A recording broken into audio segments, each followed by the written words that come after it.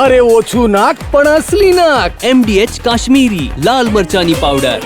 MDH. કાશ્મીરમાં આતંકી હુમલા બાદ ટ્રાવેલ સંચાલકો પણ હવે ચિંતામાં છે. કોરોના બાદ વધતા કાશ્મીર પ્રવાસને હવે અસર થઈ શકે છે. કોરોના બાદ મોટી સંખ્યામાં સહેલાણીઓ કાશ્મીર પહોંચ્યા હતા. ઉનાળુ વેકેશનમાં અનેક પ્રવાસીઓએ બુકિંગ કરાવેલા છે. આતંકી હુમલા બાદ સહેલાણીઓ અને ટૂર ઓપરેટરો હવે ચિંતામાં મુકાયા છે. આતંકવાદી ઘટનાને કારણે ટુરિઝમ પર હવે સીધી જ અસર થશે.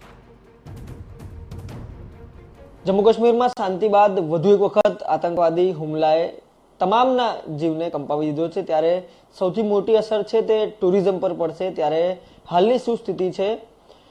શક્તિ ટ્રાવેલ્સમાં આપણે હાજર છીએ, જેઓ અવારનવાર આ પ્રકારની ટૂરનું આયોજન કરતા હોય છે. સર, કયા પ્રકારે અત્યાર સુધીની સ્થિતિ હતી? કેવું બૂમ હતું ત્યાં આગળ? કયા પ્રકારે લોકો જતા હતા અને હવે શું સ્થિતિ સર્જાશે? છેલ્લા ઘણા વર્ષોથી ભારતમાં અને જમ્મુ કાશ્મીરમાં ટુરિઝમ ખૂબ જ વધી રહ્યું હતું અને કોરોના પછી તો કાશ્મીરની અંદર સમર વેકેશન, દિવાળી વેકેશન અને હનીમૂનર્સ એટલે કે ડિસેમ્બર, જાન્યુઆરી રૂમોની પણ પુષ્કળ શોર્ટેજ પડતી હતી. અત્યારે પણ ઘણા બધા પ્રવાસીઓ જમ્મુ કાશ્મીર માટે બુક કરાયેલા છે. અમુકે પોતાનો પ્રવાસ પૂરો કરીને પાછા આવ્યા છે. અત્યારે અમુક લોકો ત્યાં હાજર પણ છે અને હવે પછી લોકો જવાના પણ છે. સર, જે પ્રકારે આ હુમલો થયો છે, આ હુમલા બાદ હવે કઈ સ્થિતિનું સર્જન થશે? આ હુમલા બાદ હાલ પૂરતો તો લોકો પ્રવાસ જવાનું ટાળશે. હવે આજે બધા લોકો મળશે, શું કે છે એમના રિવ્યૂ જાણીશું અને એમની ઈચ્છા હશે એ પ્રમાણે અમે પ્રવાસને ચાલુ રાખશું અથવા તો એમને જે કંઈ કહેશે એ પ્રમાણે યોગ્ય નિર્ણય કરી અને ફ્યુચરનું પ્લાનિંગ કરીશું. હાલની સ્થિતિએ ત્યાં આગળ બધું સસ્પેન્ડ છે તે કરી દેવામાં આવ્યું છે, ખાસ કરીને આજના દિવસ પૂરતું.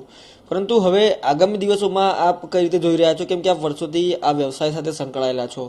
એક તરફ વડાપ્રધાન પોતે અપીલ કરી હતી અને આ જગ્યા ઉપર પ્રવાસ ગોઠવવા માટે કીધું હતું, પરંતુ જીવનું જોખમ જ્યારે ઊભું થાય છે ત્યારે સહેલાણીઓના મનમાં કેવા પ્રકારના વિચારો આવે છે?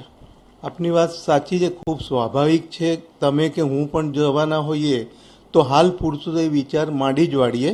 ફરી પરિસ્થિતિ શાંત થાય, સારું વાતાવરણ સર્જાય એટલે ફરી લોકો જવાના છે. કેમ કે કાશ્મીર એને કુદરતે એટલું બધું સૌંદર્ય આપ્યું છે કે જેને જેટલી વાર માણો એટલી વાર એને ઓછું જ લાગે. એમાં પણ છેલ્લા ઘણા વર્ષોથી જે 3 વેલી, આરુ વેલી, ચંદલ વેલી અને બેતાબ વેલી, જે પહેલગાંવથી ઘણા ડેન્સ ફોરેસ્ટ તરફ છે, ત્યાં લોકો પુષ્કળ જતા હોય છે અને સૌંદર્યનો નજારો માણીને સંતોષ અનુભવી પાછા આવતા હોય છે. આ સંજોગોમાં હવે આગળ શું પરિસ્થિતિ થાય છે તો હવે આવનારો સમય જ કહેશે.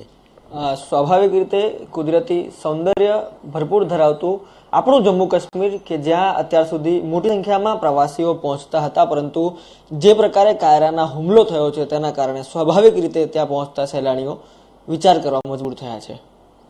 કેમેરા પર્સન નિલેશ વગોરા સાથે રોનક વર્મા, TV9 અમદાવાદ. MDH ચણા મસાલા.